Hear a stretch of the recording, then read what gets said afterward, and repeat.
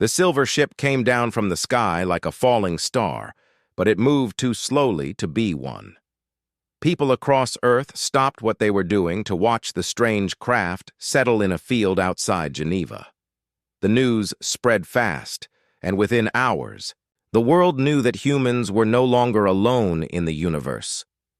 Ambassador Kethvar stepped out of the ship first. He looked like a tall deer that could walk on two legs, with soft brown fur and large, gentle eyes. His people called themselves the Zephyrians, and they had been watching Earth for many months. Behind him came other aliens, all looking peaceful and calm. They carried no weapons and moved with the slow grace of creatures who had never known violence. The humans who met them were equally careful to appear peaceful.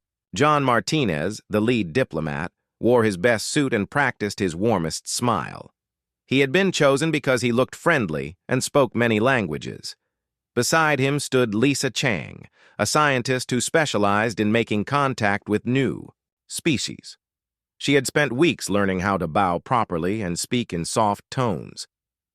The first meeting took place in a white tent set up in the field. Kethvar spoke through a small device that changed his words into English.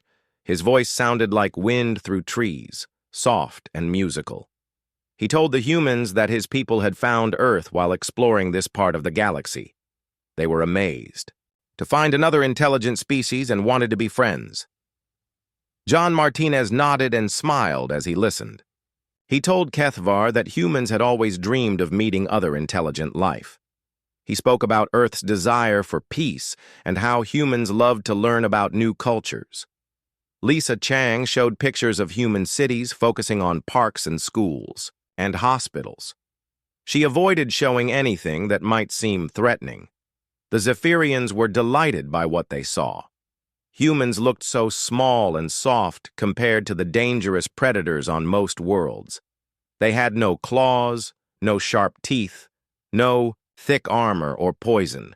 Their eyes faced forward like hunters, but they seemed to use this only for their art and science. The aliens noted that humans ate both plants and animals, but many species did this. It did not worry them.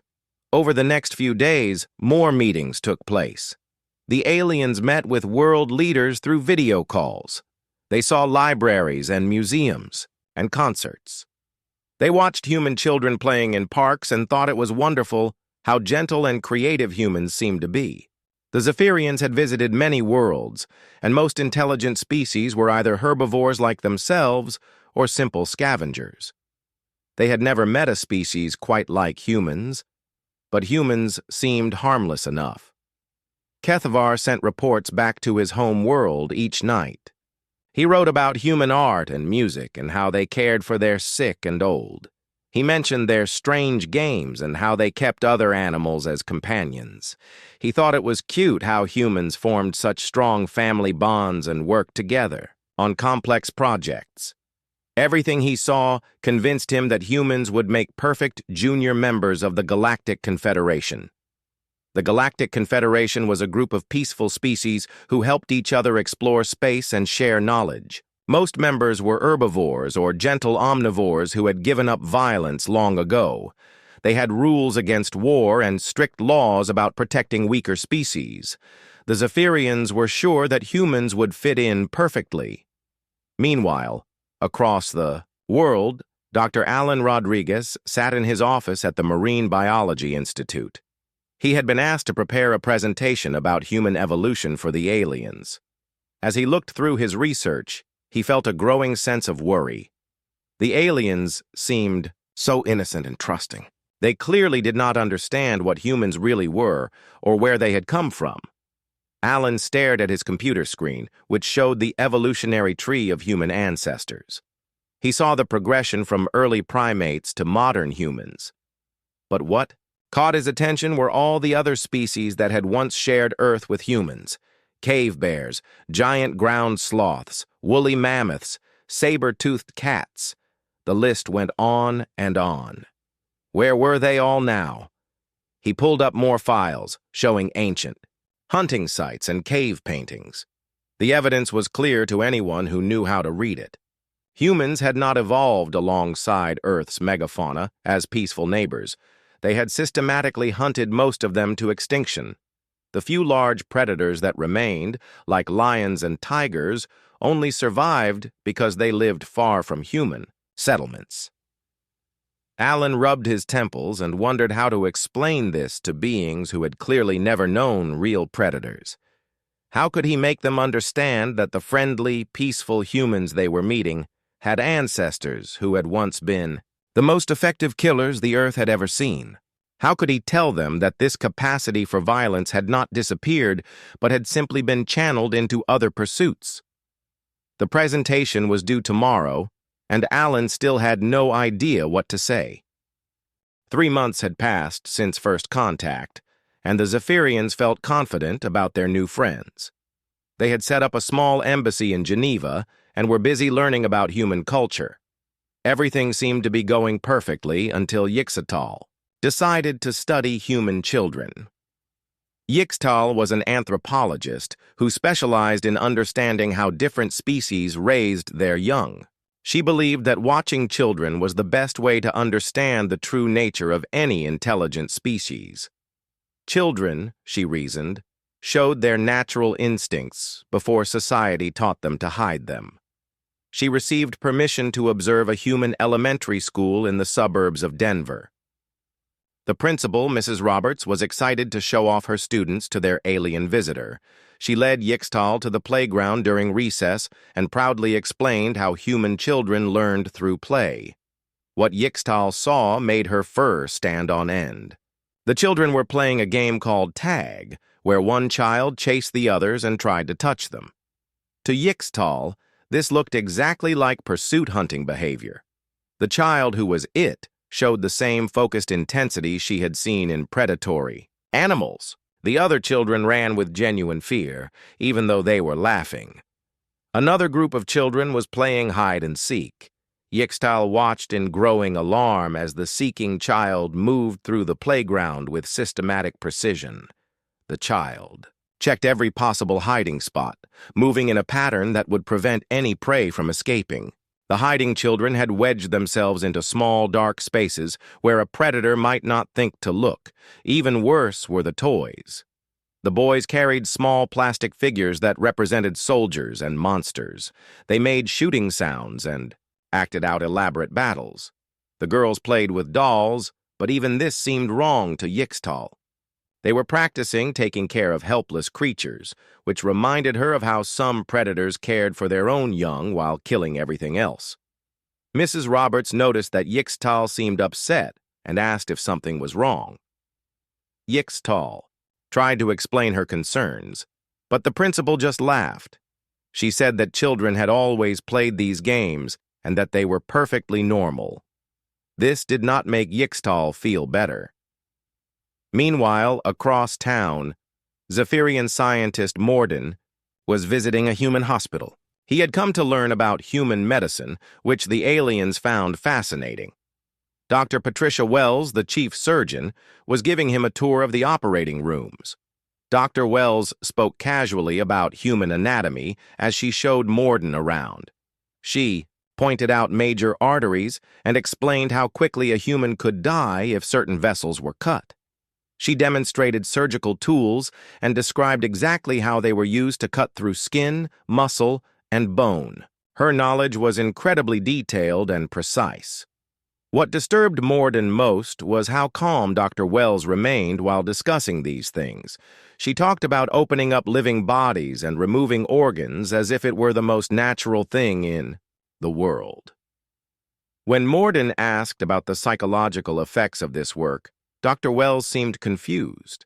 She said that surgeons learned to stay emotionally detached so they could focus on saving lives. The aliens had medicine too, but it was mostly herbal remedies and gentle energy treatments. They had never developed surgery because the idea of cutting into a living body was too horrible to consider. Yet humans did this routinely and even called it a healing art. That weekend, Morden and Yixtal joined Ambassador Kethvar at a human sporting event. Coach Dan Murphy had invited them to watch a football game, promising it would help them understand human teamwork and competition. The aliens watched in shock as two groups of humans crashed into each other repeatedly. The players wore protective armor and helmets, which only made them look more like warriors preparing for battle. The crowd cheered loudest when someone was tackled hard or when a particularly violent collision occurred. Coach Murphy tried to explain that it was just a game, but the aliens could see the carefully planned strategies and coordination. Each play was like a military operation, with players moving in precise formations to achieve their objectives. The aggression was controlled but unmistakably real. Players celebrated by chest bumping and shouting in ways that reminded the aliens of dominance displays in predatory animals. The crowd's behavior was equally disturbing. Thousands of humans sat together and reacted as one organism. When their team scored, they roared with a sound that made the aliens' fur stand up. When the opposing team had the ball, they booed and hissed like a pack warning off rivals. The unity and coordination were impressive, but also terrifying. After the game, the three aliens met privately in their embassy. They compared their observations and tried to make sense of what they had seen. Yixtal's reports about the children troubled them all. If human children naturally played hunting games, what did that say about human nature? Morden's experience at the hospital was equally concerning. The casual acceptance of violence, even for healing purposes, suggested that humans had a very different relationship with bodily harm than other species, and the football game had shown them that humans still enjoyed ritualized combat, even if they called it sport. Kethvar decided they needed more information. He sent a formal request to the human authorities asking for access to historical records. He explained that the Zephyrians wanted to write a complete cultural profile of humanity for the Galactic Confederation. This was partly true, but he did not mention his growing suspicions. The humans agreed immediately, which surprised the aliens. Most species were careful about sharing their history with outsiders, especially the embarrassing parts. But humans seemed proud of their past and eager to share everything. Dr. Karen Bell, a historian from Oxford University, was assigned to compile the materials. As Kethvar waited for the historical records, he found himself watching humans more carefully. He noticed things he had missed before. The way humans walked with their heads up, constantly scanning their surroundings. How quickly they formed groups and hierarchies when working together. The ease with which they handled tools that could be used as weapons. Most disturbing of all was their eyes. Human eyes were designed for tracking movement and judging distances. They were the eyes of a creature that needed to hit targets accurately while moving at high speed. The aliens had eyes like this too, but only because they needed to spot predators and run away. Humans had predator eyes, but they were supposed to be peaceful. Something was not adding up, and Kethvar was beginning to suspect that his first impression of humanity might have been very wrong. Dr. Karen Bell sat in her office surrounded by towers of books and computer screens filled with data. The task seemed simple enough at first. The aliens wanted a comprehensive overview of human history for their cultural database. She had been chosen because of her expertise in world civilizations and her talent for making complex topics accessible to general audiences. The problem was deciding what to include. Human history was long and complicated, filled with as much darkness as light. Karen wanted to present humanity in the best possible way without lying outright. She focused on human achievements in art, science, and philosophy. She wrote about the Renaissance, the Industrial Revolution, and the Space Age. She described human music and literature and the development of democratic governments. The wars were harder to handle. Karen could not ignore them completely, but she tried to present them as unfortunate accidents rather than the systematic violence they really were. She described World War II as a conflict between good and evil, with most humans fighting against a small group of bad people. She mentioned the American Civil War as a struggle to free enslaved people. She painted conflicts as exceptions to human nature rather than expressions of it. What she left out entirely were the details that might alarm the aliens. She did not mention the efficiency of human killing methods or how quickly humans could organize massive armies. She avoided discussing the strategic thinking that went into military campaigns or the technological innovations that warfare had driven. She certainly did not mention how much humans seemed to enjoy reading about battles and watching war movies. While Karen worked on her sanitized version of human history, Zephyrian researcher Tolkien was conducting his own investigation. He had been given access to the internet and was using advanced translation software to read human documents directly. What he found there painted a very different picture than the official reports. Tolkien started with recent conflicts and worked his way backward through time. The numbers were staggering. Humans had fought thousands of wars throughout their recorded history. Some lasted for decades. Some killed millions of people. The scale of violence was unlike anything in the galactic database. But what truly horrified Tolkien was the organization behind it all. Human warfare was not random or emotional. It was planned with scientific precision. Humans studied the art of war like other species studied medicine or engineering. They had written detailed manuals on how to kill most effectively. They had schools dedicated to teaching young humans how to fight. The weapons were even worse. Humans had progressed from simple clubs and spears to devices that could destroy entire cities. They had created poison gas, explosive devices, and projectile weapons of incredible accuracy. Every few decades, they invented new ways to kill that were more efficient than the last. Tolkien read about the world wars with growing disbelief. The First War had killed millions of humans in just 4 years. The weapons were so terrible that everyone agreed it was the war to end all wars. Then, barely 20 years later, humans fought an even bigger war with even more deadly weapons. The Second War killed more than 50 million people. The worst part was how quickly humans recovered from these conflicts. Within a few years of each war ending, they were building new cities and having more children. They seemed to treat massive casualties as just another problem to solve rather than a species-threatening catastrophe. As Tolkien dug deeper into the past, things got even more disturbing. He found evidence of ancient human hunting practices that made his blood run cold.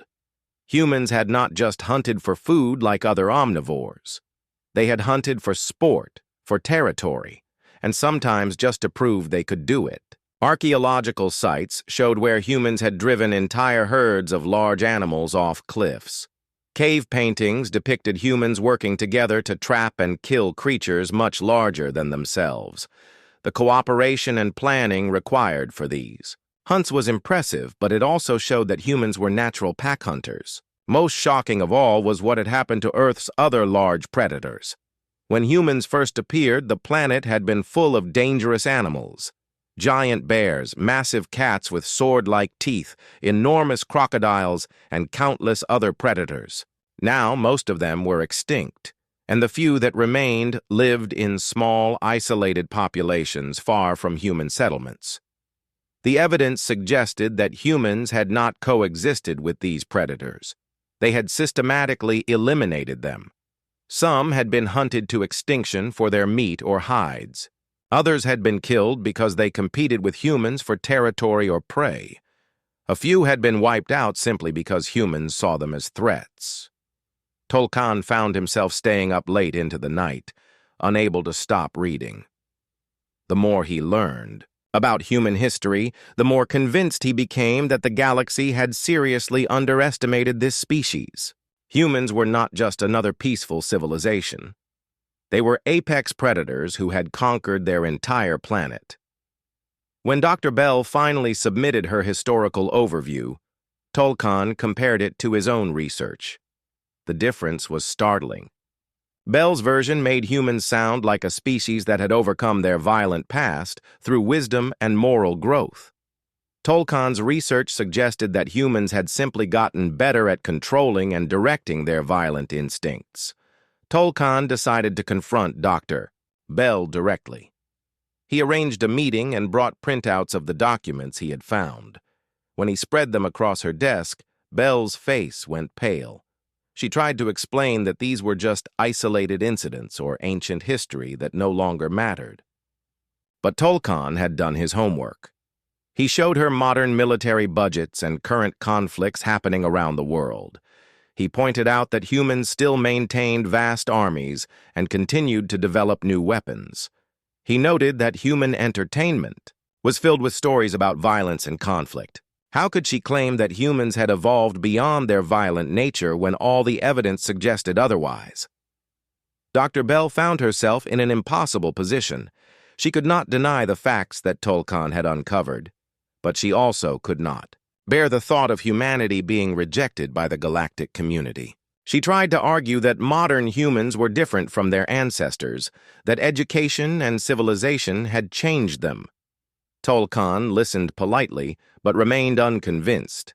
He had noticed something that Dr. Bell seemed to miss: the same strategic thinking and organizational skills that humans used in warfare also appeared in their business practices, their scientific research, and their political systems.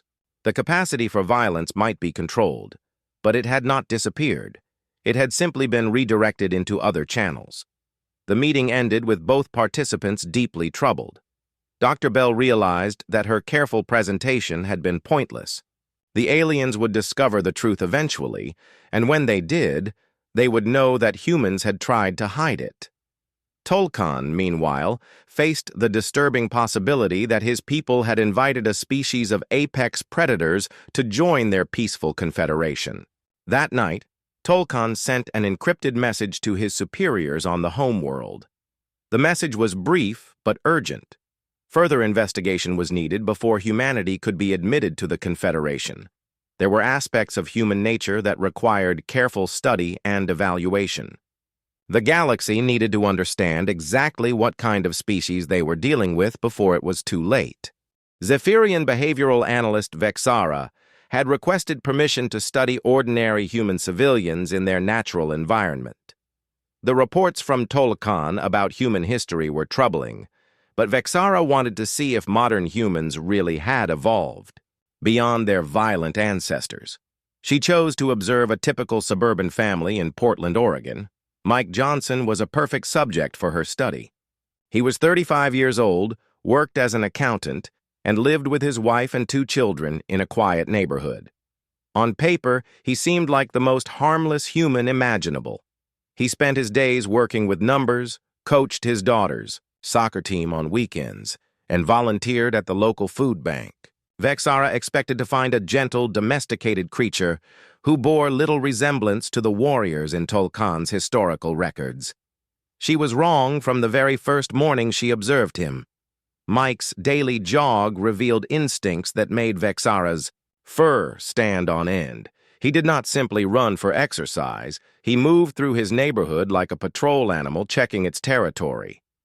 His route was carefully planned to cover the maximum area while avoiding predictable patterns that might make him vulnerable to ambush. Mike's head moved constantly as he ran, scanning windows, doorways, and parked cars for potential threats.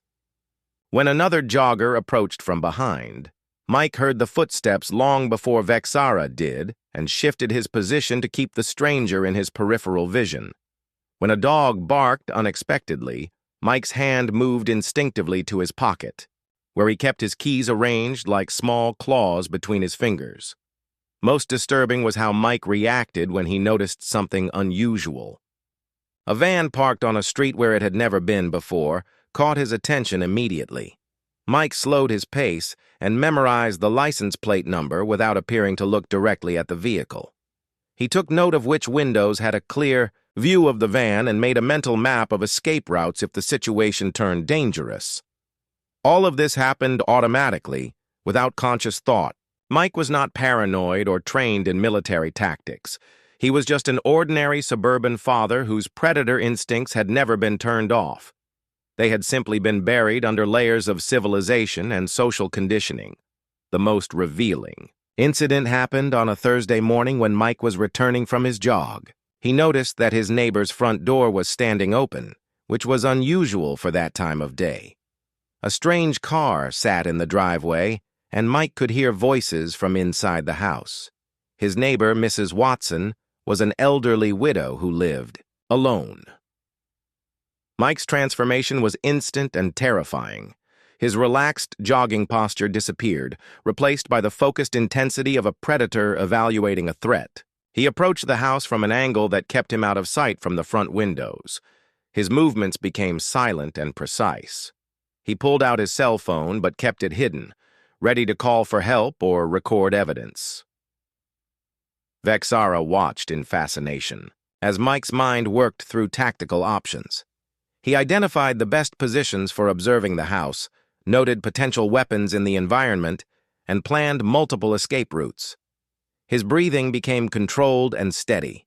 His eyes tracked every movement and shadow. In the space of 30 seconds, the gentle accountant had become something that reminded Vexara of the apex predators from her homeworld. The situation turned out to be harmless. The voices belonged to Mrs. Watson's nephew and a repairman who were fixing her furnace. Mike's predator instincts gradually faded as he realized there was no threat. But Vexara had seen enough. The capacity for violence was still there, hidden beneath the surface but ready to emerge when needed. Vexara decided to observe Mike's family interactions next. Surely his wife and children would show the gentle, nurturing behavior that humans claimed was their true nature. Instead, she found more evidence of pack dynamics that had been refined by millions of years of evolution. During dinner, Mike and his wife Linda communicated with subtle signals that Vexara almost missed. A slight nod from Linda told Mike that their son was having trouble at school. A barely perceptible gesture from Mike indicated that he would handle the situation. They coordinated their responses to the children's questions without ever speaking directly about their strategy. When their daughter Amy complained about a bully at school, both parents' reactions revealed their predatory heritage. They did not simply offer comfort or suggest talking to a teacher. They gathered intelligence about the bully's behavior patterns, identified the child's weaknesses, and developed a plan to neutralize the threat. They taught Amy how to project confidence, how to avoid vulnerable situations, and how to fight back if necessary. The children themselves showed similar instincts. 8-year-old Tommy automatically positioned himself where he could see all the entrances to any room he entered. 12-year-old Amy had already learned to read social hierarchies and adjust her behavior accordingly. Both children could instantly identify the strongest and weakest members of any group they encountered. Even more disturbing was how the family worked together during a simple household task. When they rearranged furniture in the living room, they moved with the coordinated efficiency of a hunting pack. Each family member seemed to know instinctively where the others would be and what they would do next. They communicated with gestures and brief words, accomplishing complex tasks with minimal discussion. Vexara's most frightening observation came during a family camping trip. She watched from a distance as the Johnsons set up camp in a state park. What she saw was not a family enjoying nature, but a pack establishing territory in hostile environment. Mike chose their campsite with the eye of a military strategist. The location provided clear sight lines in all directions, easy access to water, and multiple escape routes. He set up their tent in a position that would be difficult for potential threats to approach unseen. Linda gathered firewood with systematic efficiency, selecting pieces that would burn cleanly and produce minimal smoke that might give away their position. The children helped with camp setup using skills that seemed far too advanced for their ages. Tommy could start a fire using only natural materials and a single match. Amy could identify edible plants and track animal movements through the forest. Both children moved through the wilderness with confidence and awareness that reminded Vexara of young predators learning to hunt. When darkness fell, the family's predator instincts became even more apparent. They took turns staying alert while others slept, maintaining a watch rotation without ever discussing it openly. Mike woke up instantly at any unusual sound, and Linda kept a large knife within easy reach throughout the night. Even in sleep, They remained partially aware of their surroundings. The weekend camping trip revealed the truth that Vexara had been afraid to acknowledge. Humans had not evolved beyond their predatory nature. They had simply learned to suppress it in safe environments. When faced with genuine wilderness conditions, their true instincts emerged naturally and without effort. On the drive home, Vexara listened to the family's casual conversation about their weekend. They talked about the beautiful scenery and the fun they had hiking. They mentioned spotting deer and hearing owls at night. What they did not discuss was the constant threat assessment, the territorial behaviors, or the predatory skills they had demonstrated throughout the trip. The most chilling realization was that the Johnson family had no idea how frightening they were. They genuinely believed they were peaceful, civilized people who enjoyed outdoor recreation. They could not see that their every action revealed the instincts of apex predators who had simply chosen to direct their abilities toward protecting their pack rather than hunting prey. Vexara returned to the embassy with a full report that would change everything the galaxy thought it knew about humanity. The question was no longer whether humans had overcome their violent past. The question was whether a species of dormant predators could be trusted to remain dormant forever. The earthquake struck Los Angeles at 3:47 in the morning, measuring 7.2 on the Richter scale. Buildings collapsed, power lines fell, and gas mains ruptured throughout the city. In the first chaotic hours after the disaster, the Zephyrian observers got their clearest look yet at what humans became when their civilization was stripped away and their survival instincts took over. Captain Steve Morrison was asleep in his apartment when the tremors began. The Zephyrian monitoring team watched through their concealed cameras as he woke instantly and completely. There was no period of confusion or disorientation that other species typically experienced when awakened suddenly. Steve's eyes opened. His body tensed, and within seconds he had assessed the situation and begun moving. His transformation was immediate and terrifying. The relaxed, friendly fire captain who gave tours to school children disappeared.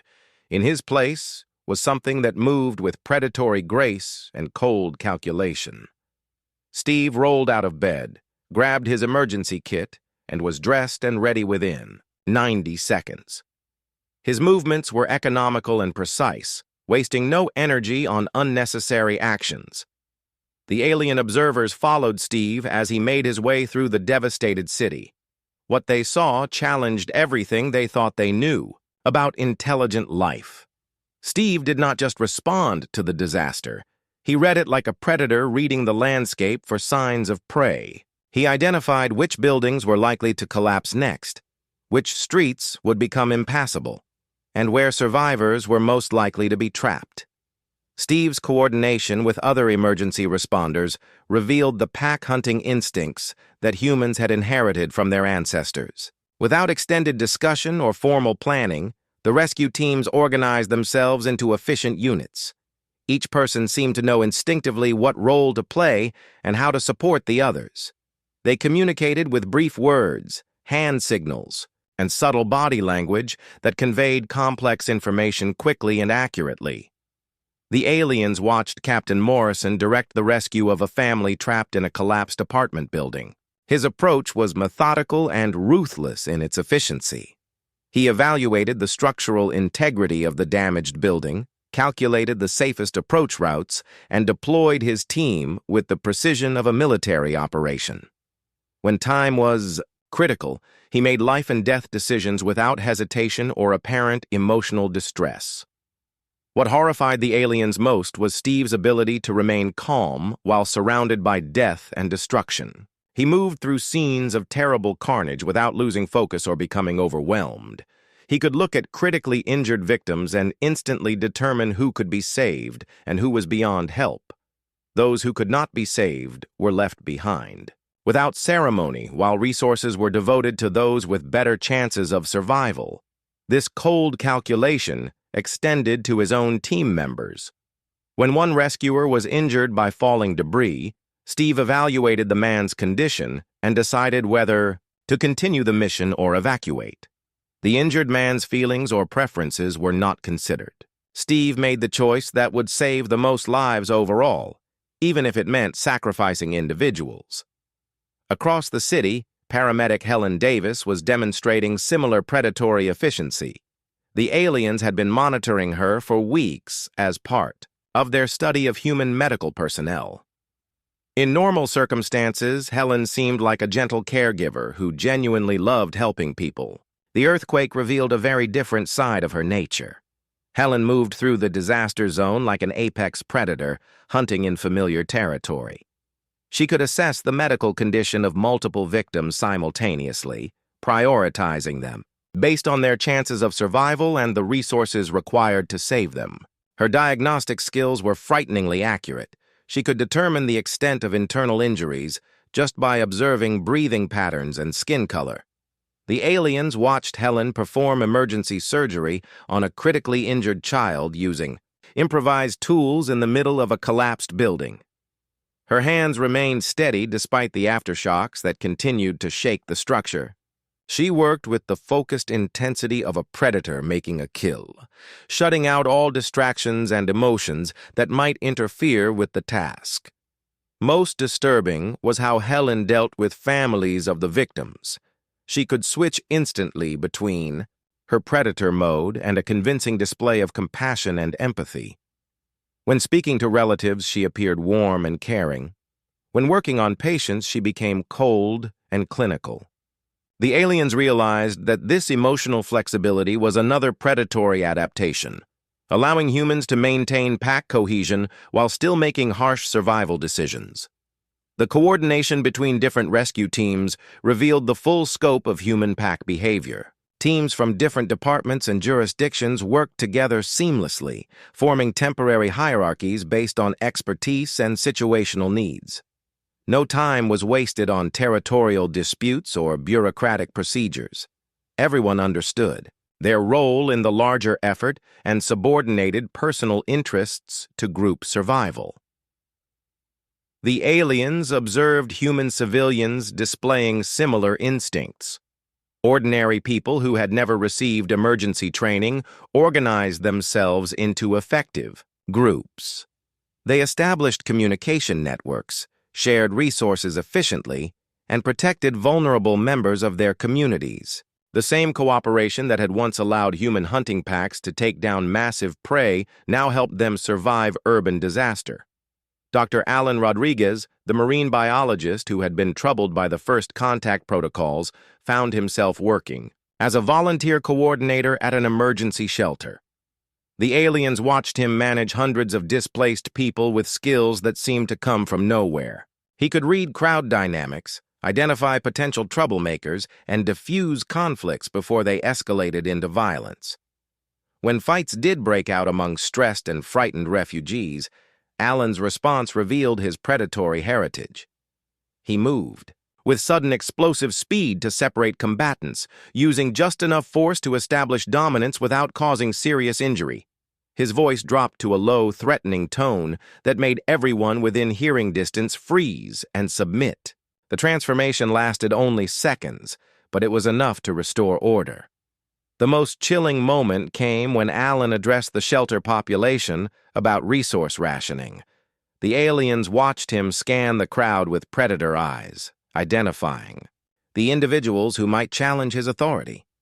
His posture and tone of voice communicated dominance and potential violence to anyone who might resist.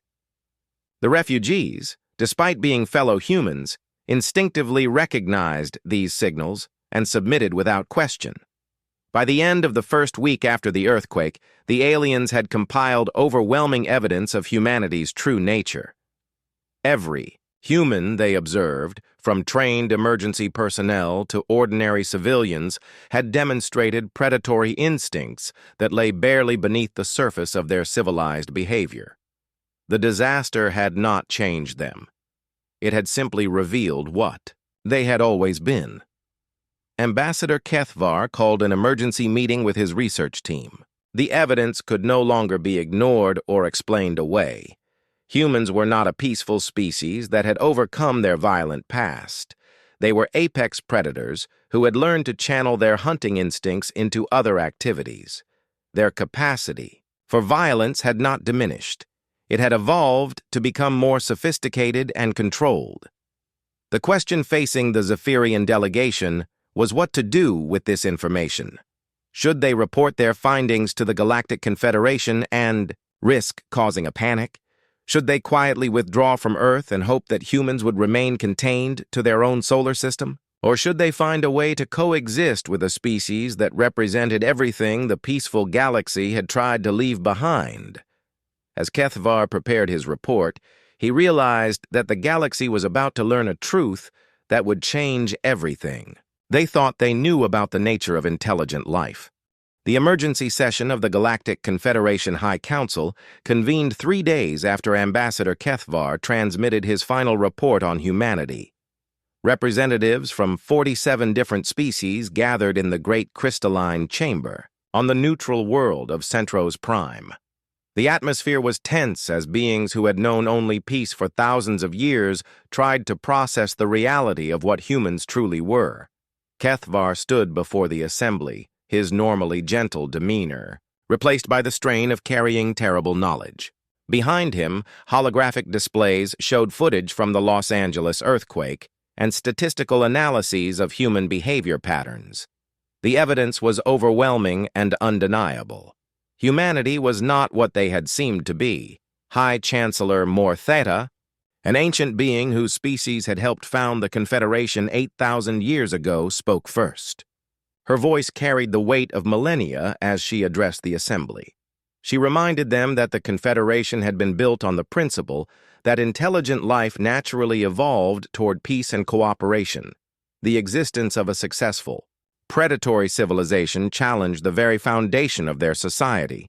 The debate that followed revealed deep divisions among the member species.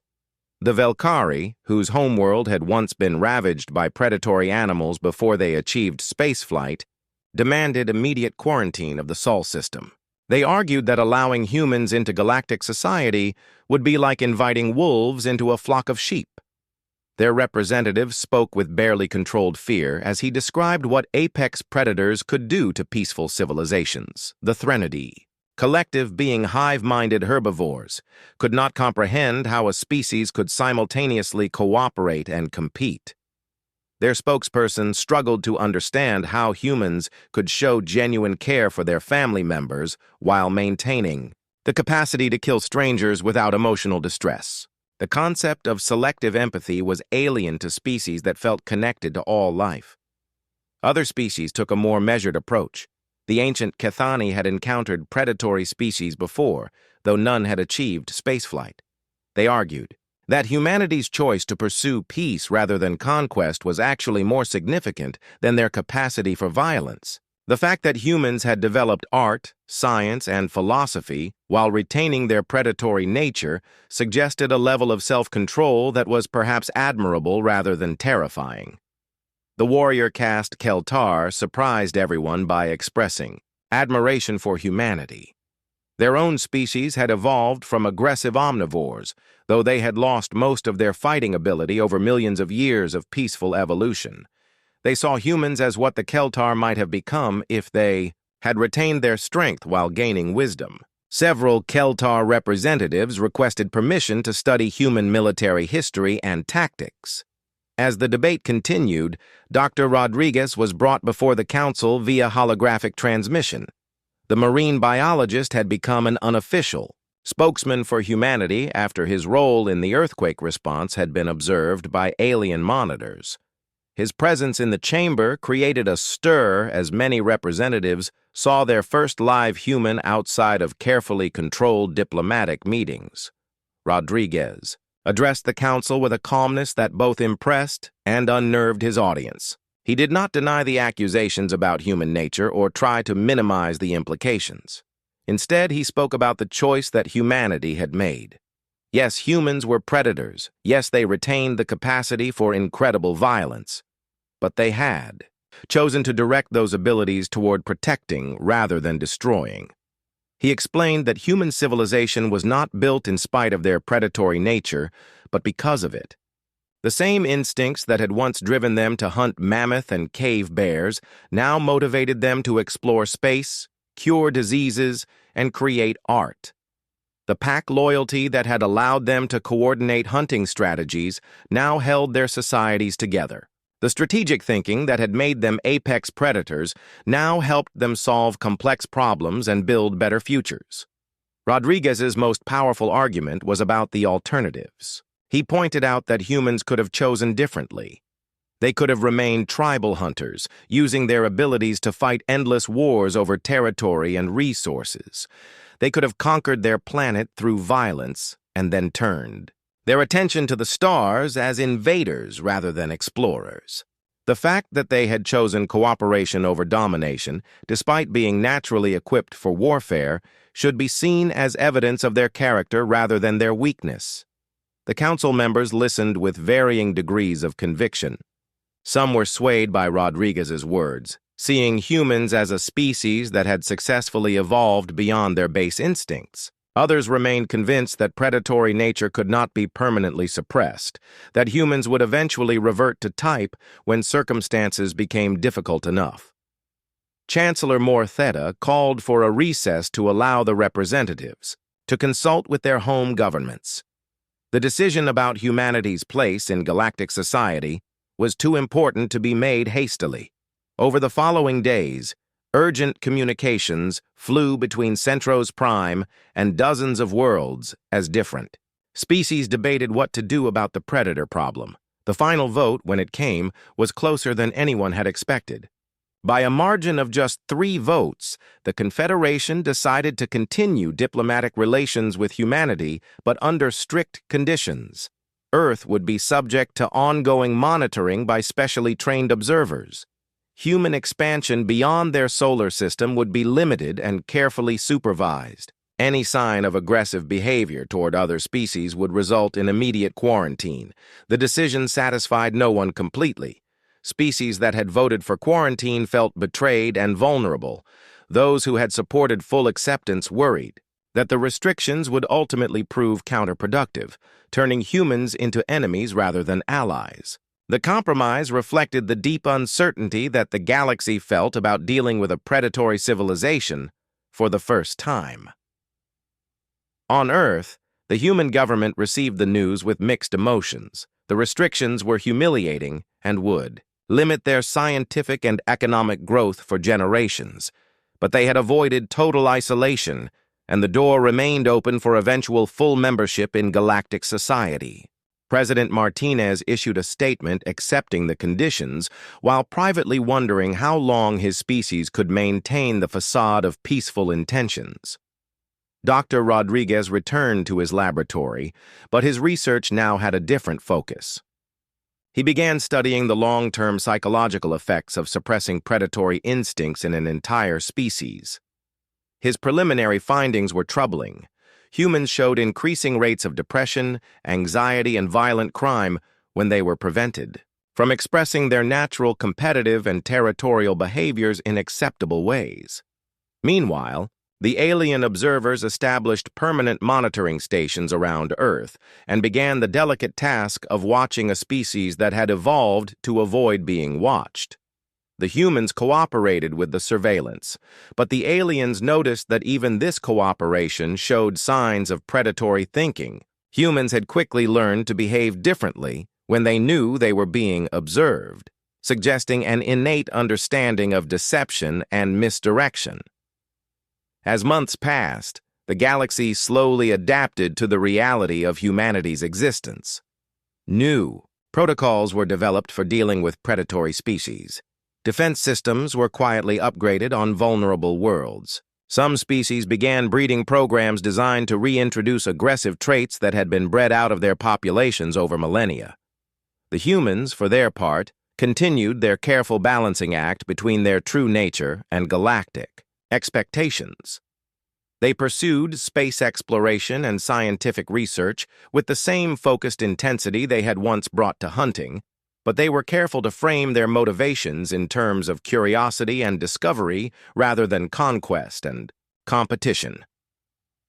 The truth that no one wanted to acknowledge was that the galaxy had fundamentally changed the moment humans joined it. The existence of a successful predatory civilization had shattered the illusion that intelligence naturally led to pacifism.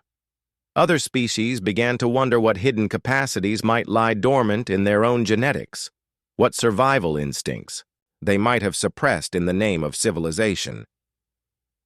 Late at night in his embassy office, Ambassador Kethavar often stared up at the stars and wondered whether his people had made the right choice. Humans remained peaceful for now, but predators were patient creatures.